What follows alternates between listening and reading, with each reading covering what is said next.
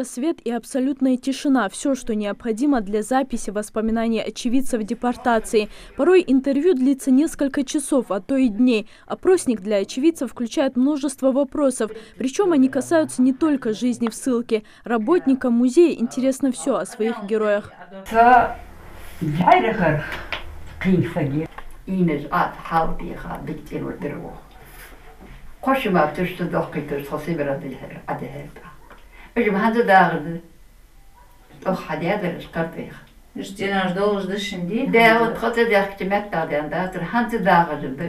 Хади Хаматхановой, героине сегодняшних съемок, 90 лет. На момент депортации ей было всего 16. Отца у них не было, и в ссылку с ней были отправлены 2 сестры и 6 братьев с матерью. Женщина уже 53 года, абсолютно слепа, но в ее памяти четко сохранились все детали и расположение вещей в вагоне, в котором она провела долгие дни в дороге к неизвестности.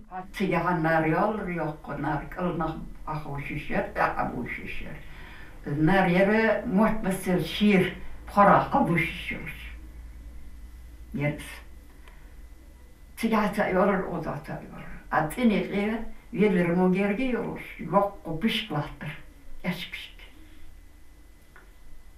Спишки о героях адалус и 23-го пехечек-то вырали. 13-го, 20-го Allah behederlerim market adıyla Kazakistan. Parksana doklo olur. Тенвар айдыяха.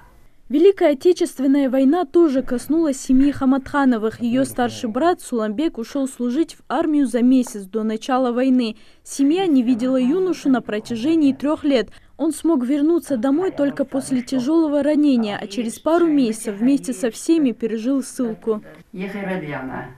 Bombaj atjetli jeljalar, sitten atjetli bombaj järjä äädräsojer. Pelinettikana vielä tohanahtaa, varsajavar. Guoli parka juoheeda ja häiten skit, askokrit, bombikka. Vada gurja halaviga, ukkuzu parka бäkaptынтак.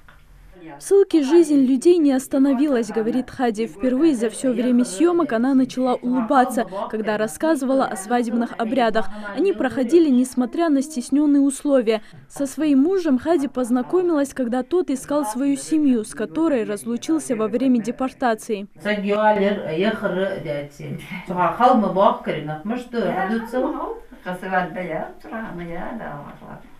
Афутура, хамашты, хайтыю хам ицада удавудрудри, амаштор хадуцуан. Та устабура, дерреди тотат хогон мадали, лязви, бази, цаца якелер отгава айолер сага. Канцо урду дали, цапорто ляхай изма хамаш лилдурёш. Так вот, я не пью, а я пью.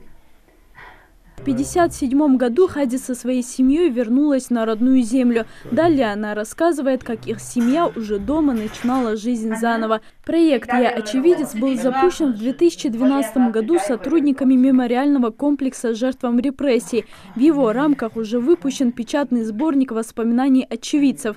Также планируется создание киностудии для записи видеоинтервью с пережившими депортацию. Кроме того, музей собирается привлечь молодых людей к этой работе. Наших сил, к сожалению, недостаточно, мы не успеваем, а дорог каждый час, потому что старики, вы знаете, они очень уже хрупкие, и с каждым днем становится все меньше и меньше.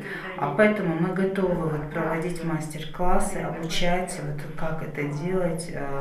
У нас есть методички, какие вопросы задавать, как правильно делать съемку, как этот материал оформлять, в конце концов. И всем, кто хочет поучаствовать в этой работе, кому это интересно, мы тоже приглашаем. Героев своих съемок здесь находят очень просто. Люди сами обращаются через родственников и знакомых. Из полученных материалов будут созданы документальные фильмы, которые затем станут частью экспозиции музея и передвижных выставок. Они будут размещены в интернете и показаны в кинотеатрах.